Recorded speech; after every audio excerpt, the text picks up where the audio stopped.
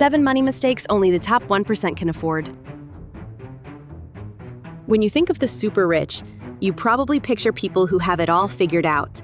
You imagine they just float above the financial chaos, totally immune to the money stress that hits the rest of us. But what if I told you they make financial mistakes all the time? And I don't mean small slip-ups.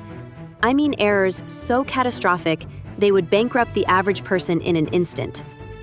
These aren't just little miscalculations. They're monumental blunders that only a massive fortune can cushion. We're not talking about buying a yacht that's just a little too big. We're talking about subtle, yet devastating money habits that only the super wealthy can survive. Today, we're pulling back the curtain on 7 money mistakes that only the top 1% can truly afford to make. By understanding their mistakes, you can learn how to build real, sustainable wealth no matter what your income is. Stick around, because the lessons from their losses could be your biggest gain. Treating extreme luxury as a normal expense. First up is the mistake of normalizing the absurd. For the ultra-wealthy, dropping $1 million on a car, a few $100,000 on a watch, or maintaining a private jet can feel like just another Tuesday. Nicolas Cage, for example, famously owned over a dozen homes, 2 castles, a fleet of luxury cars, and a private island before getting slammed with a tax bill he couldn't pay. For someone with billions, these purchases barely move the needle. They're rounding errors. But the mindset behind it is dangerously flawed. The problem is, these things aren't investments. They're high depreciation, high maintenance toys. A luxury car loses a huge chunk of its value the second it leaves the dealership. A castle costs a fortune just to keep the lights on and stop it from crumbling.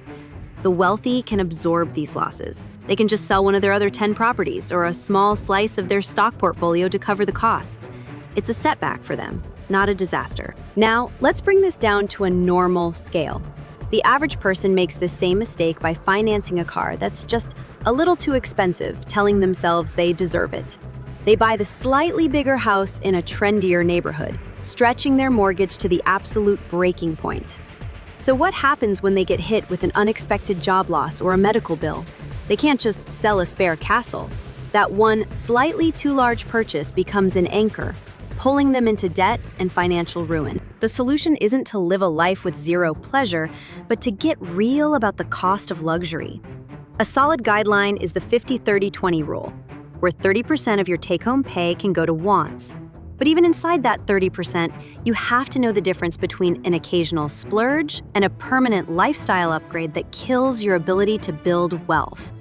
Before you make a big luxury purchase, the smart move is to calculate its total lifetime cost. That includes maintenance, insurance, and depreciation, and weigh that against your long-term goals. If that purchase actively stops you from hitting your savings targets, it's a mistake, no matter how much you make. Gambling with life-changing amounts of money. When you have millions or even billions, your whole idea of risk changes. That brings us to the second major mistake only the top 1% can afford. Making huge speculative bets with amounts of money that would be life-altering for anyone else. We see this all the time with volatile crypto, high-risk startups, and NFTs. For instance, soccer star Neymar Jr. reportedly dropped over $1 million on 2 Bored Ape Yacht Club NFTs, which then plummeted in value by over $700,000.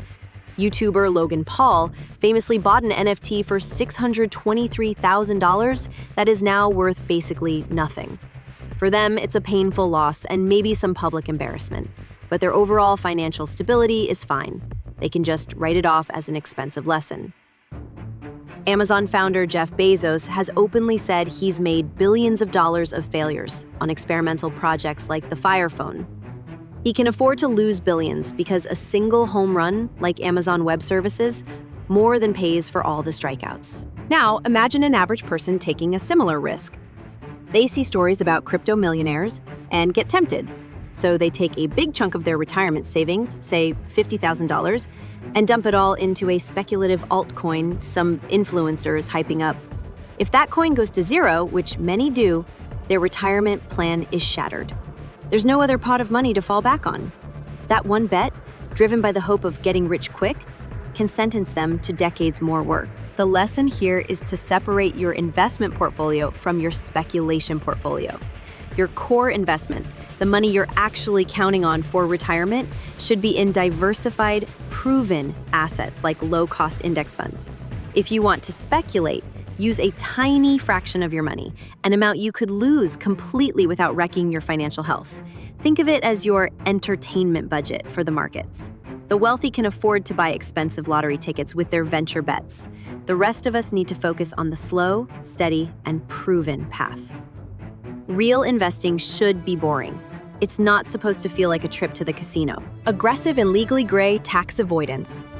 Here's a simple truth about wealth. The more you have, the more you can lose to taxes. This leads the super rich to mistake number 3, getting into hyper-complex and aggressive tax avoidance. This isn't the same as tax evasion, which is flat out illegal. Tax avoidance uses legal loopholes, offshore accounts, and complex structures to bring the tax bill down. The ultra-wealthy hire armies of the world's best lawyers and accountants to build these mazes, pushing right up to the edge of what's legal. These strategies can save them millions, but they often operate in a legal gray area. If a tax authority like the IRS decides a scheme crossed the line, the consequences are severe. But here's the key. The wealthy can afford the fight.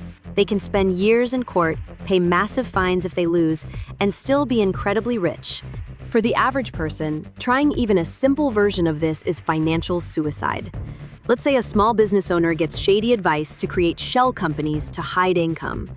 They might save a little money up front, but they don't have the legal firepower to defend it. An audit could leave them owing all the back taxes, plus crippling penalties.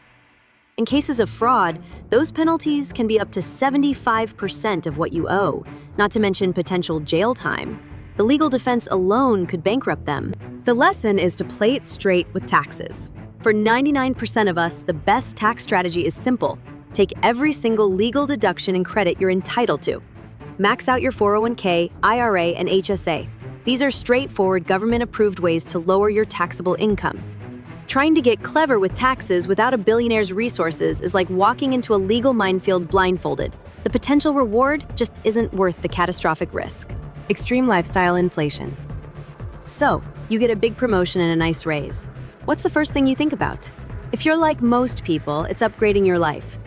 A bigger place, a nicer car, fancier vacations. This is lifestyle inflation. And while it hits everyone, the top 1% can take it to a wild extreme. This is our 4th mistake. Imagine a lawyer who starts making $500,000 a year.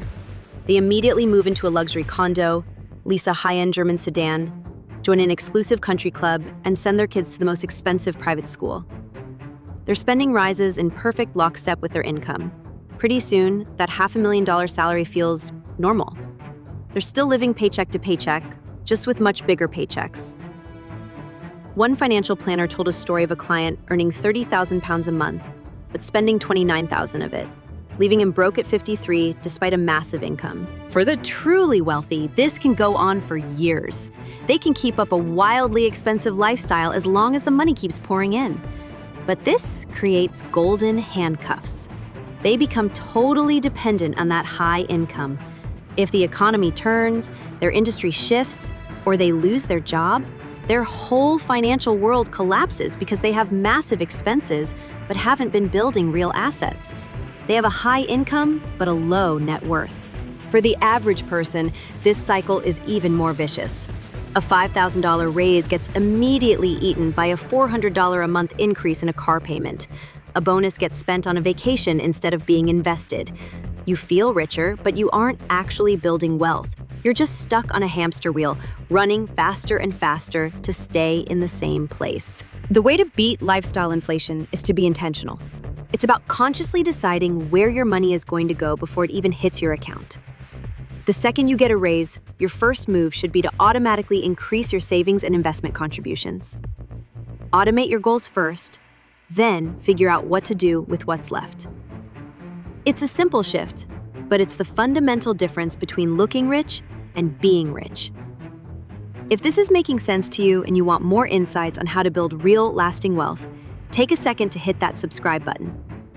We put out videos every week designed to demystify money and give you the tools for financial freedom. Abusing leverage and good debt. Debt is a tool, and like any tool, it can be used to build or to destroy. The fifth mistake the rich make is using leverage or debt on a scale that would be insane for anyone else. They don't just take out mortgages, they borrow millions against their investment portfolios, a practice known as a portfolio asset line of credit, or PAL. This lets them get cash without selling stocks, which means they avoid paying capital gains taxes. They use this borrowed money to fund businesses, buy more real estate, or even just cover their lavish lifestyles. This works like a charm in a rising market. Their portfolio grows, giving them more borrowing power, and they get to use cheap money to fund their ventures. But when the market turns, it becomes a ticking time bomb. If their portfolio value drops hard, they get a margin call, where the lender demands they either put up more cash or sell assets at the absolute worst time when prices are low to cover the loan. An ultra-rich person might have other assets they can sell to meet the call, but it's a high-stakes game that can still wipe out a fortune. Now, think about the average person's version of this. They're told to take on good debt, like a mortgage or student loans, but then they start using debt for everything else. They rack up credit card debt to fund a lifestyle they can't actually afford, telling themselves they'll pay it off later. They take out a home equity line of credit, not to improve their home's value, but to pay for a vacation. When a financial shock hits, they don't have a massive stock portfolio to soften the blow. Their debt becomes an anvil. High-interest credit card payments eat up their income, and they risk losing their home if they can't pay back that HELOC. What was a sophisticated strategy for the rich becomes a simple debt trap for everyone else. The lesson is to be extremely careful with debt. Use it strategically for things that are likely to grow in value, like a reasonably priced home or an education that boosts your income. But avoid consumer debt like the plague. Building wealth is about owning assets, not owing money on things that lose value. Focusing on net worth while ignoring cash flow. This is one of the most counterintuitive mistakes on the list. We're taught to think of wealth in terms of net worth, the total value of your assets minus what you owe. The sixth mistake the rich make is becoming asset rich but cash poor. They can have a net worth of tens of millions, but it's all tied up in illiquid assets like fine art, private company stock, and sprawling real estate. While their balance sheet looks amazing, they might actually struggle to get their hands on cash for daily expenses or emergencies. Their money is locked up. If a great investment opportunity comes along or they need to cover a huge tax bill, they can't just swipe a debit card. They're forced to either borrow against their assets, which is mistake number 5 all over again, or sell something. And selling an illiquid asset, like a piece of art or a stake in a private company, isn't easy. It can take months, even years, and they might have to sell at a huge discount just to get the cash they need. For the average person, this mistake looks different, but is just as dangerous. They might pour every spare dollar into their home equity or their 401k, leaving themselves with a tiny emergency fund. Their net worth looks good on paper, but if the car breaks down or the roof starts leaking, they have no liquid cash to fix it. They're forced to either rack up high-interest credit card debt or take a painful loan from their 401k, which comes with taxes and penalties. The solution is to keep a healthy balance between liquid and illiquid assets.